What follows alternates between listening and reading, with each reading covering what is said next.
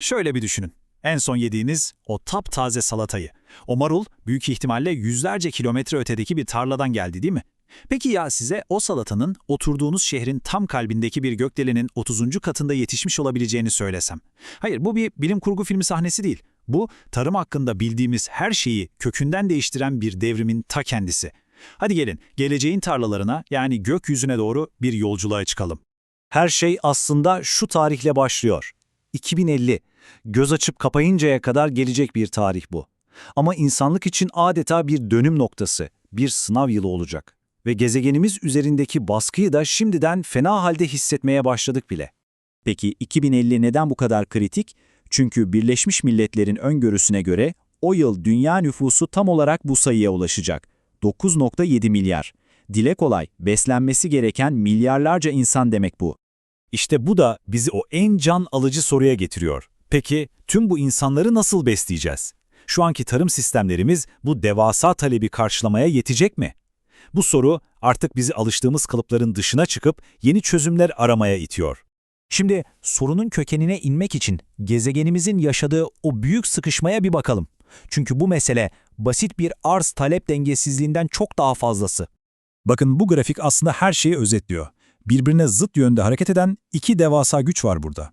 Bir yanda 2050'ye kadar gıda ihtiyacımız %70 artacak, diğer yandaysa tarım yapabileceğimiz verimli topraklar sürekli azalıyor.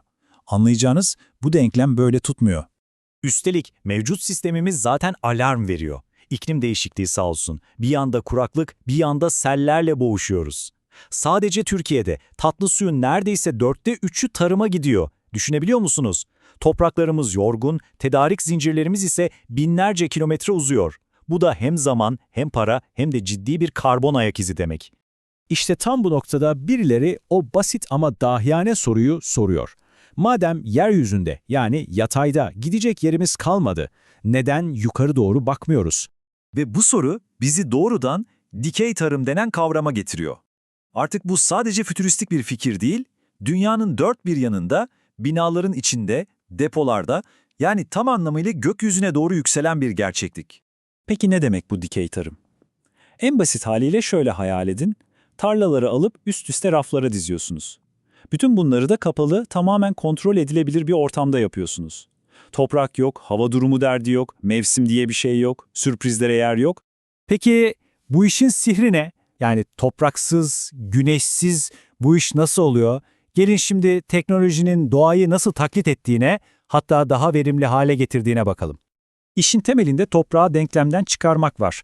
3 ana yöntem öne çıkıyor. Hidroponikte kökler doğrudan besin dolu suyun içinde yüzüyor. Aeroponikte ise kökler havada asılı ve besinler bir sis halinde püskürtülüyor. Ki bu teknoloji NASA'nın uzayda bitki yetiştirmek için geliştirdiği bir yöntem. En büyüleyicisi de belki de aquaponik. Balıklarla bitkilerin birbirini beslediği, kendi kendine yeten müthiş bir ekosistem yaratılıyor. Peki geleneksel tarımın o iki olmazsa olmazı ne olacak? Güneş ve toprak. İşte teknoloji burada devreye giriyor. Güneşin yerine bitkinin tam olarak en sevdiği ışık rengini ve yoğunluğunu veren özel LED lambalar alıyor. Toprağın yerini ise tüm besinlerin adeta bir şefin menüsü gibi hassas bir şekilde doğrudan köklere servis edildiği akıllı sistemler alıyor. Tabii kulağa harika geliyor ama her yeni teknolojide olduğu gibi resim tamamen pespembe değil. Gelin şimdi dikey tarımın avantajlarını ve önündeki engelleri bir teraziye koyalım. İşte belki de en çarpıcı avantajla başlayalım, su. %95. Bu rakam dikey tarımın geleneksel tarıma kıyasla sağladığı yaklaşık su tasarrufu. Suyu sürekli devir daim ettiği için kayıp neredeyse sıfır. Su kıtlığıyla boğuşan bir dünya için bunun ne anlama geldiğini bir düşünün.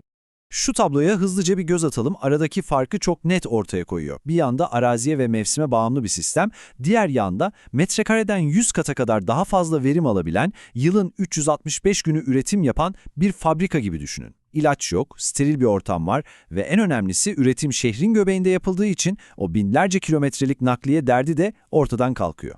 Gelelim madalyonun diğer yüzüne. Birincisi, bu tesisleri kurmak ciddi bir başlangıç yatırımı gerektiriyor. İkincisi, o LED ışıklar ve iklimlendirme sistemleri hiç de azımsanmayacak bir elektrik faturası demek. Bu yüzden şimdilik ekonomik olarak marul, fesleğen gibi hızlı büyüyen, katma değeri yüksek ürünler için mantıklı. Yani bir süre daha ekmeğimizi bir gökdelenden almayı beklemeyeceğiz. Tabii ki eminim birçoğunuzun aklına şu soru geliyordur. İyi güzel de bu ne kadar doğal?